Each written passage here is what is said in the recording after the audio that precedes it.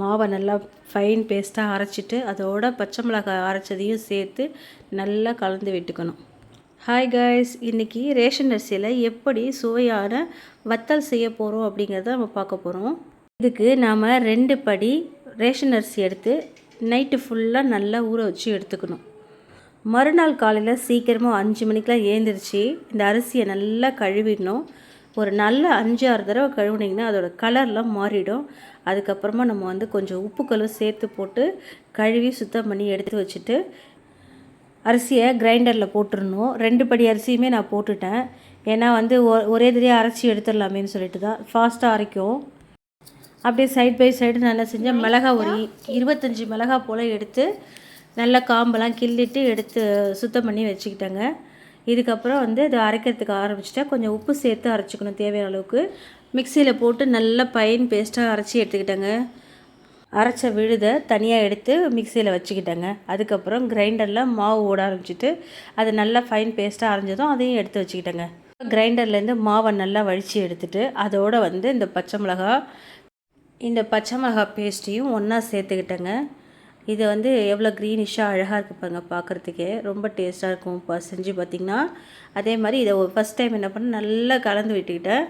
ஆனால் ரொம்ப கெட்டியாக இருந்தது. இது இப்படியே நம்ம தண்ணியில் ஊற்ற முடியாது அப்படின்னு சொல்லிட்டு நான் கொஞ்சம் மிக்சிலையும் கொஞ்சம் அரைச்ச விழுதெல்லாம் அப்படி இப்படியே இருந்துச்சு.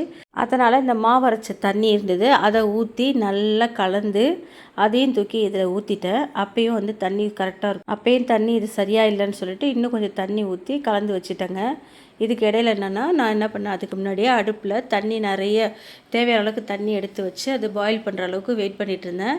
அப்புறம் நல்லா கொதி வந்ததுக்கப்புறம் என்ன பண்ணேன், இந்த மாவை எடுத்து ஊற்றிட்டேங்க. நான் மட்டும்தான் இருந்தேன்னா அதனால் என்ன பண்ணேன், ஃபஸ்ட்டு மாவு ஊற்றிட்டு அதுக்கப்புறம் கட்டி விடாமல் கலந்து விடணும் இல்லையா. அதனால் என்ன பண்ணேன், நல்லா மேஷ் பண்ணி சுற்றி விட்டுட்டே இருந்தேங்க. கை கழண்டு போயிடுச்சு, ஆனால் வலி தாங்கலை. இப்போ தான் தண்ணியாக இருக்குங்க. இதுக்கப்புறம் பார்த்திங்கன்னா வேக வேக எப்படி ஆயிடுச்சு பார்த்திங்களா கெட்டியாக. இதோட தேவையான அளவுக்கு பெருங்காயத்தை போட்டுக்கணும். ஏன்னா அரிசி இல்லைங்களா, அதனால் கேஸ்ட்ரிக் ப்ராப்ளம்லாம் வராமல் இருக்கணும். பெருங்காயத்தை சேர்த்துக்கிட்டேன்.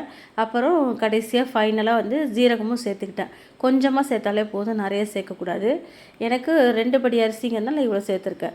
அதுக்கப்புறம் என்ன செஞ்சேன், ஒன்றா சேர்த்து எல்லாத்தையும் மிக்ஸ் பண்ணி விட்டால் எனக்கு தோள்பட்டை கழண்டு போயிடுச்சுங்க. ஏற்கனவே எனக்கு கை பிரச்சனையாக வேறு வழி இல்லை, கட்டிப்படாமல் இருக்கணும். அதனால் என்ன பண்ணேன், எல்லாத்தையும் ஒன்றா சேர்த்து மிக்ஸ் பண்ணி விட்டுட்டே இருந்தாங்க. முடிஞ்சிடுச்சு. அதுக்கப்புறம் என்ன செஞ்சேன், ஒரு பாத்திரத்தில் 2 எடுத்து ட்ரான்ஸ்ஃபர் பண்ணிக்கலாம் அப்படின்னு ஐடியா பண்ணிட்டேங்க. சூடாக இருந்ததுனால இதை உங்கள்கிட்ட காமிக்க முடியல. அதனால் என்ன பண்ணேன், ஒரு 2 பாத்திரத்துக்கு எனக்கு மாற்றிட்டேங்க. மாற்றிட்டு மாடிக்கு எல்லாத்தையும் எடுத்துகிட்டு போனேன். அதனால் வீடியோ எடுக்கணுங்கிறதே மறந்து போயிட்டேங்க.